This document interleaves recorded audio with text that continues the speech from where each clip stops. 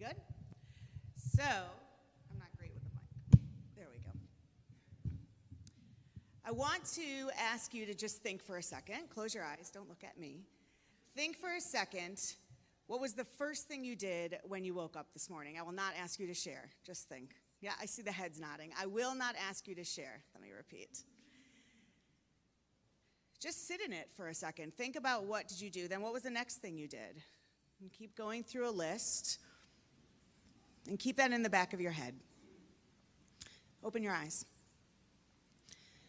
There are a lot of really scary, horrible, bad things happening in the world. There is death of parents. There is kidneys that don't work. There is food insecurity, homelessness.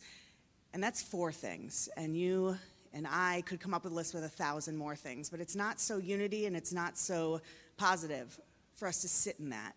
But it is very real, right? There are messy things in this world. And we have to deal with them. But I don't believe in a God that just gives us messy.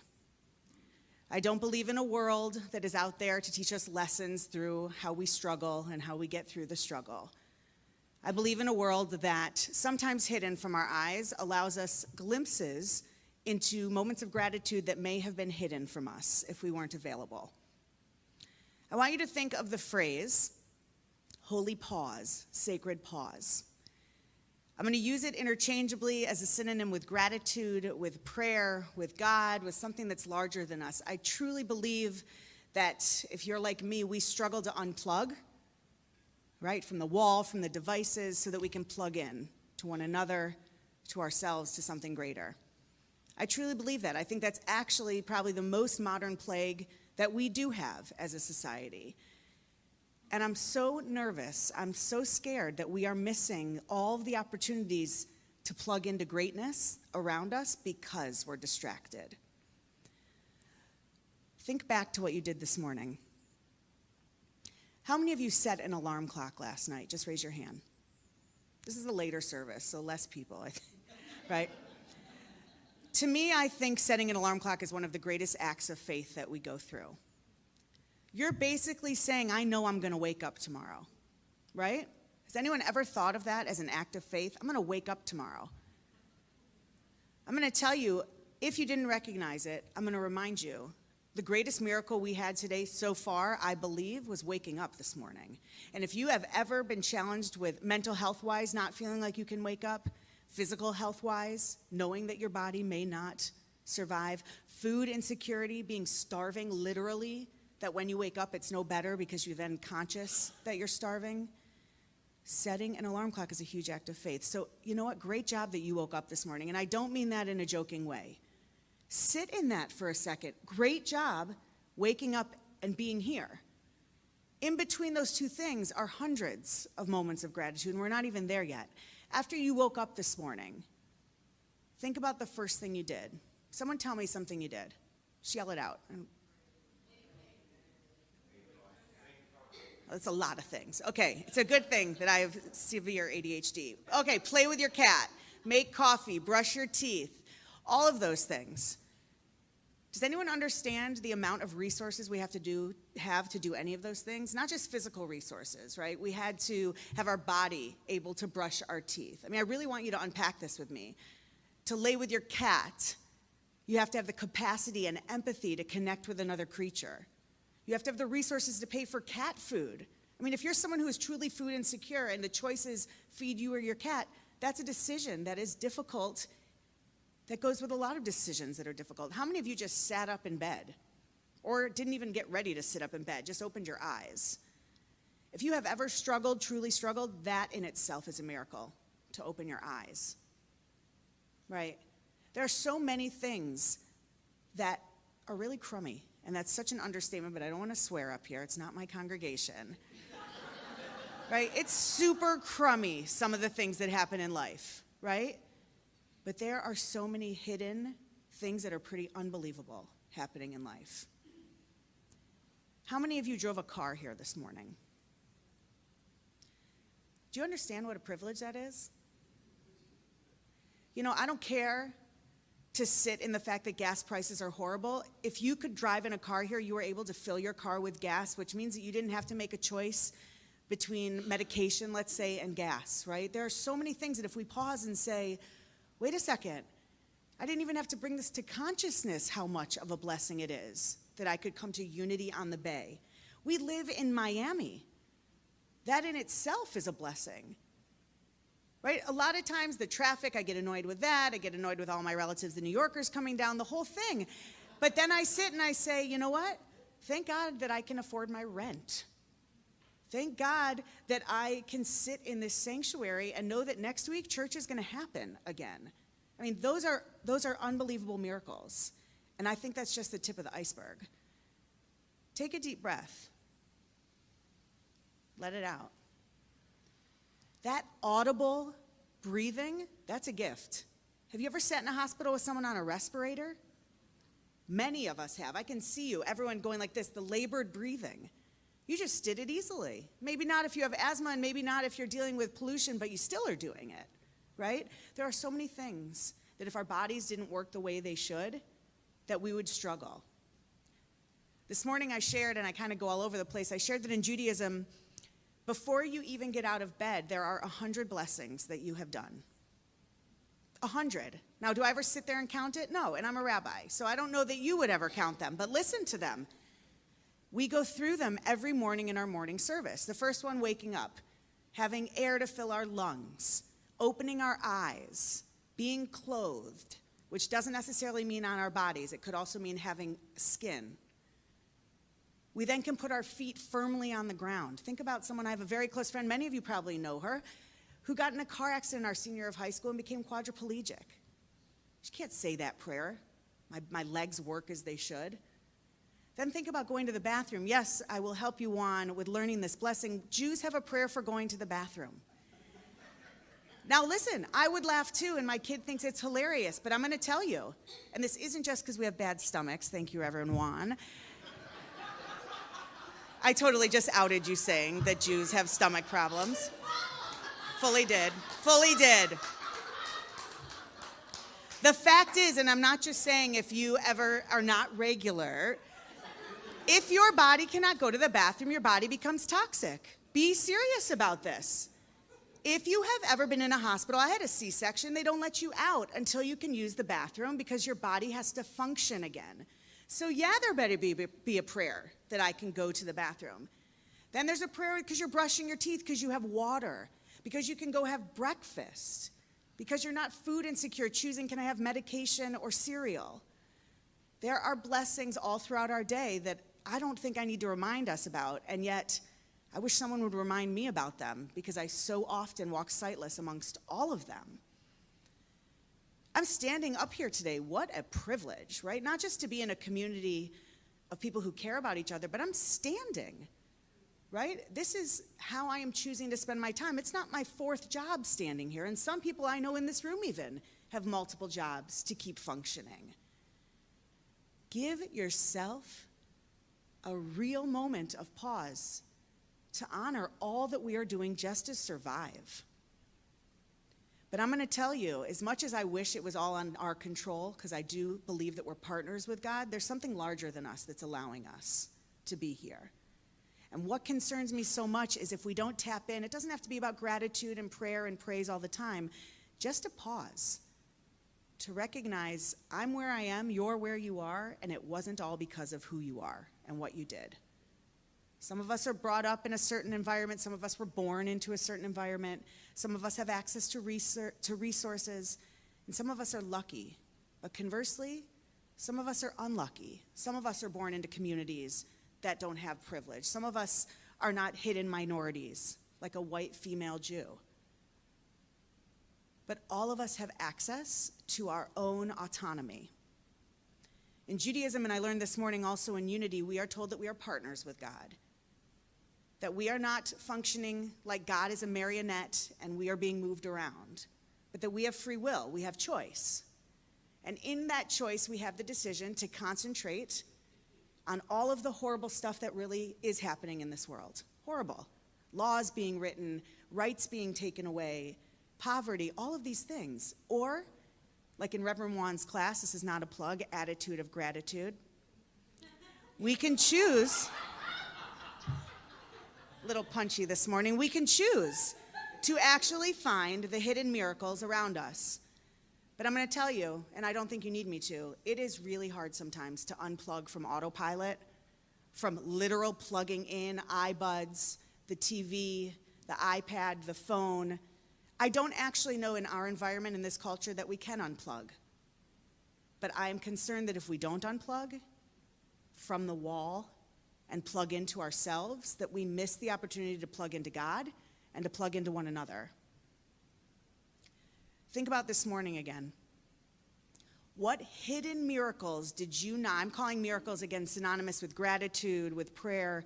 What hidden miracles did you not call attention to this morning that now you're thinking, oh wait, that's a huge deal? Just think about it.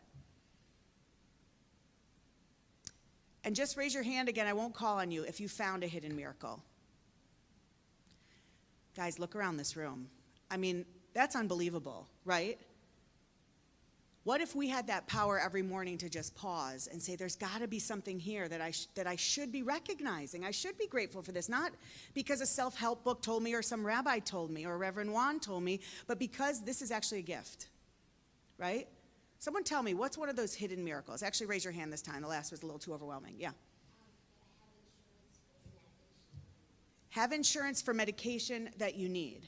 Guys, when you put a pill in your mouth, that's an unbelievable gift. The fact is we are being so hurt by our insurance companies, but we still have the medication, right? We had to have scientists who were willing to take risks and make mistakes when they took risks so that then they could find medicine that would help us, right? That's a moment of gratitude. That's a moment that we should plug into. What else?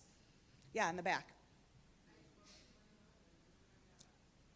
You spoke to your mom when you got up this morning. Can I tell you? That's really touching. And I'm going to tell you it's different touching for everyone, but especially for those who don't have their mothers anymore to speak to. That's a gift. And I have chills, right? And we should have chills. How often, and I'll be very honest, do I send my mom to voicemail because I just can't unplug enough to plug in? That wasn't funny. That wasn't so funny, and yet I know my parents are watching online. It's true, though, right? And yet I did a funeral on Friday, and one of the 7 children played a voicemail from her father that went on and on and on, and the whole room started crying because he had been in a coma for so long they hadn't heard his voice. And I think, oh my gosh, what am I missing? Unplug so I can plug in. Thank you for sharing that one. Let's get a few more. Yes, please. Yes. Yes. So I knew because we met prior to the service. First of all, finding someone who could give you a kidney, right? I have a very close friend who's been waiting, who the person just canceled, right? It's so hard to even find a match. Yes, the fact that you can pee is incredible, and all of us know when we wake up in the morning that's a pretty great feeling, right? But when your life depends on someone else's generosity, someone else, probably who you will never know, maybe you would know, but just think how many of you, and don't raise your hand, are organ donors. In Judaism, the highest mitzvah, which is often mistranslated as a good deed, but the highest thing you can do is to save another life, right? Organ donation is so holy. Think about that. Think about, here's a woman here right now that can smile because somebody said, okay. That is a living donor, making a sacrifice for them and their own family also. I'm so grateful. And I'm sure you don't oversee that miracle, but guys, we're all sitting here. We have that option to check a box on our driver's license, to check with our family, check with our values. That might be an incredible life-saving gift we could give someone. All right, one more. So I'm watching Reverend Juan's eyes in the clock. Yeah. Amen. A roof over your head and electricity. Have any of you, and don't raise your hands, ever felt like you're not going to make the next rent? I can tell you. You know what? That is super real. And if you've ever had your power turned off, there's nothing more real, right? And if you've ever had a kid say to you, I wanted to go out to dinner and you can't afford it, or you've ever had something you've wanted and you've had to say, not this time. That's all real. That is all really horrible feeling. But the converse, When you go home, you drive a car back. Even if you're Ubering, you don't afford a car, you go home and you can shut your door. What about locking the door? Security? You can open your fridge. Maybe it's not full, but you have a light in the fridge. It's on. Your food isn't spoiled. I'm not assuming for anyone in this room a life of luxury, believe me. But there's a huge difference between a life of luxury and nothing. And I pray all of us are existing somewhere in the middle of that. But I want to teach you something in Judaism. You're supposed to walk around with both hands in your pocket. This isn't really something most Jews do, or any Jews, but I'll teach you this anyway. And in one pocket is supposed to be a piece of paper, and you take it out, and it says, the whole world was created for me. These are Old Testament quotes. The whole world was created for me, right? And you're supposed to say, okay, yes, I have autonomy. I can be in this world. I have control over many things. But you're supposed to put that back in your pocket. And then you take out of the other pocket one that says, I am but dust and ashes, right? Like, I'm like nothing in this whole world of things. I am a grain of sand. I am a star. But the teachers teach us to put our hands back in our pockets and to exist somewhere in the middle. And when we get too much on one of those sides, we're supposed to ground ourselves. And remember, we could always be worse off, and we can always help someone else be better off. Plugging in to that reality allows us, I believe, an understanding of this world that is completely different. It is no longer, I don't have enough to do. It's what do I have so I can help? It's looking around and being in community, but it's also asking your neighbors to do the same. So I'm going to ask one more thing. I'm going to ask one more thing. And this is where I think that it really is important for us to share this in church, in community. And we do this every week in my congregation. It started out super weird because Jews don't like to shout stuff out in services. We are very like European churchgoers, right? We don't clap, we don't get up, and I hate that, right? Faith is something to be celebrated. So what I added to our service 4 years ago was a time of gratitude. You know what? You guys have a time of gratitude right after this, and it's great. But there's additional piece to what we do for gratitude. We share it out loud. And the reason that I have our congregants and myself share this out loud is because sometimes someone will say something they're grateful for that you let be hidden, that you didn't even recognize was a thing to be grateful for because maybe you're in a different position or maybe you just weren't available to it. Sometimes, guys, it takes one another to remind us where we can be grateful. Sometimes it takes one another to remind us that we need to unplug to plug in. What are you grateful for? Just say it out loud.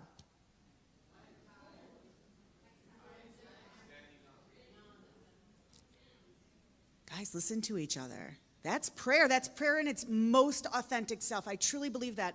I love that we read the values here. I love that we have Hebrew liturgy where I am. I love that there's Psalm 23 and all these important canonized texts. But prayer is gratitude, and you all just shared what you're grateful for. And I feel like that's the most authentic way to connect with something larger than ourselves. So before we move to the very last part, I want to remind you one more thing. For many of us, myself included, something is in the way of us being available to find those moments of gratitude. I don't know what it is for you. Sometimes it's ego or fear. Sometimes I find myself too busy. But what is in the way? You need to tap into how come your default sometimes, and my default sometimes, is stuff sucks.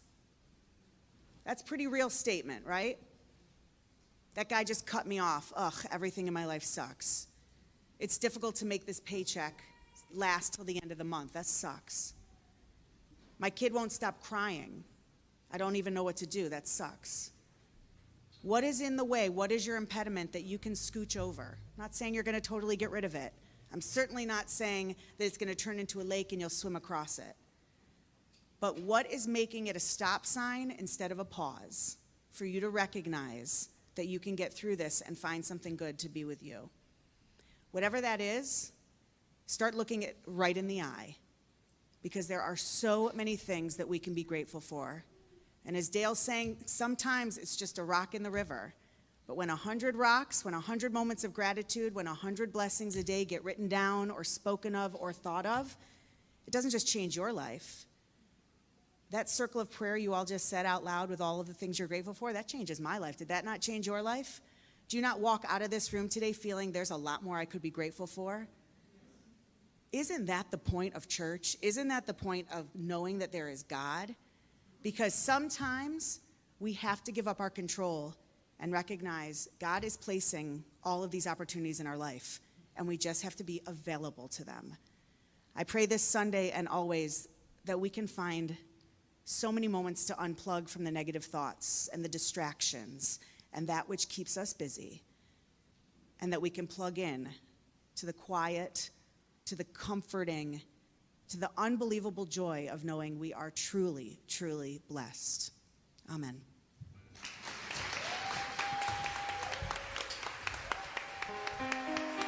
Thank you so much for visiting our YouTube channel. We post new videos every week to keep you positive, present, and inspired to your divinity. Please click on the subscribe button below and also that notification bell. Remember to share this with your friends and your family, those that you know will be inspired just like you have been. And always remember that we love you, that we bless you, that we behold the Christ in you, and we see you doing great things. Thanks and take care.